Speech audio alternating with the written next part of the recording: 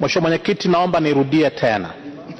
Baada ya kusikiliza mjadala huu, sijaona hoja yoyote ya maana inayotolewa na wanaopinga kuwa na mfuko wa vijana. Mheshimiwa Mwenyekiti, Mheshimiwa Lissu, taarifa. Mheshimiwa Mwenyekiti, nimwombe tu Mheshimiwa Lissu asituwekee maneno mdomoni. Hatujapinga.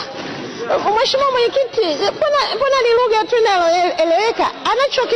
Anachokisema Mheshimiwa Lissu anaendelea vizuri tu, ana hoja yake nzuri anataka kuijenga.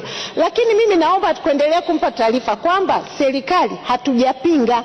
Tunachosema tunataka tupate muda wa kufanya maandalizi ya kujenga kitu kitakachowasaidia vijana. Nimwombe sana Mheshimiwa Tundu Lissu atuelewe hilo. Nakushukuru Mheshimiwa Lissu, serikali haijapinga, haina mpango wa kupinga. Mheshimiwa Mwenyekiti, baada ya kusikiliza hoja za wanaopinga mfuko wa vijana, nimeshawishika kusema kwamba hoja zao hazina maana yoyote. Mheshimiwa Mwenyekiti, kwa utaratibu ulivyo sasa hivi, wizara ya mtoa hoja ina mfuko wa vijana. Wizara ya kazi ina mfuko wa vijana. Tofauti pekee tu Mheshimiwa Mwenyekiti ni kwamba hii mifuko ya hizi wizara mbili, ya vijana, anayojua hizo pesa zinazoingia na kutoka ni waziri na watu wake. Hiyo ndio tofauti pekee. Tunachokisema hapa Mheshimiwa Mwenyekiti ni kwamba hii mifuko ambayo sasa hivi hakuna anayejua kinachoingia kinaliwaje, iingizwe